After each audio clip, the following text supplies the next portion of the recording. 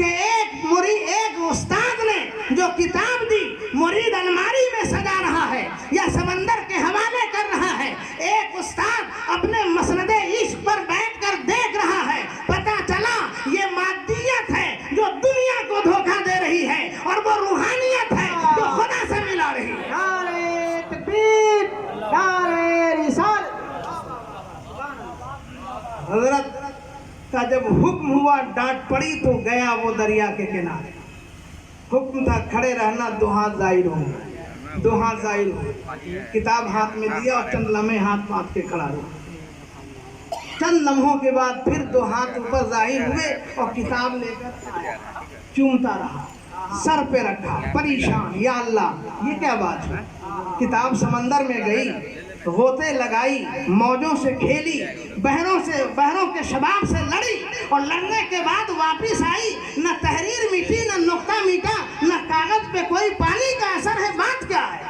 بڑی تیزی کے ساتھ قدم بڑھاتے ہوئے استاد کی خدمت میں حاضر ہوا کہ حضور بات سمجھ میں نہیں آئی، کہ یہ تمہارے سمجھنے کا معاملہ نہیں ہے، اسی کو خانقاہ کہتے ہیں۔ کیا بات ہے، کیا بات ہے۔ جو پڑھایا تھا وہ درسگاہ ہے، اور ابھی جو لے کے آ رہے ہو یہ واہ واہ واہ۔ حضور امین شریعت جنہیں ہم کہتے ہیں وہ درسگاہ کا بھی تاجور تھا اور خانقاہ کا بھی تاجور تھا، جہاں سلوک بھی ہے، جہاں تصوف بھی ہے، جہاں انشراح صدر بھی ہے، جہاں دل کی تجلی بھی ہے، جہاں قلوب کے اجالے بھی ہیں، جہاں نگاہوں کا تقدس بھی ہے، جہاں فکر کی پاکیزگی بھی ہے، جہاں دلوں کا وقار بھی ہے، ساری چیزیں ہیں، اس شخصیت کو نام حضور امین شریعت علامہ انیس عالم علیہ الرحمہ کہتے ہیں۔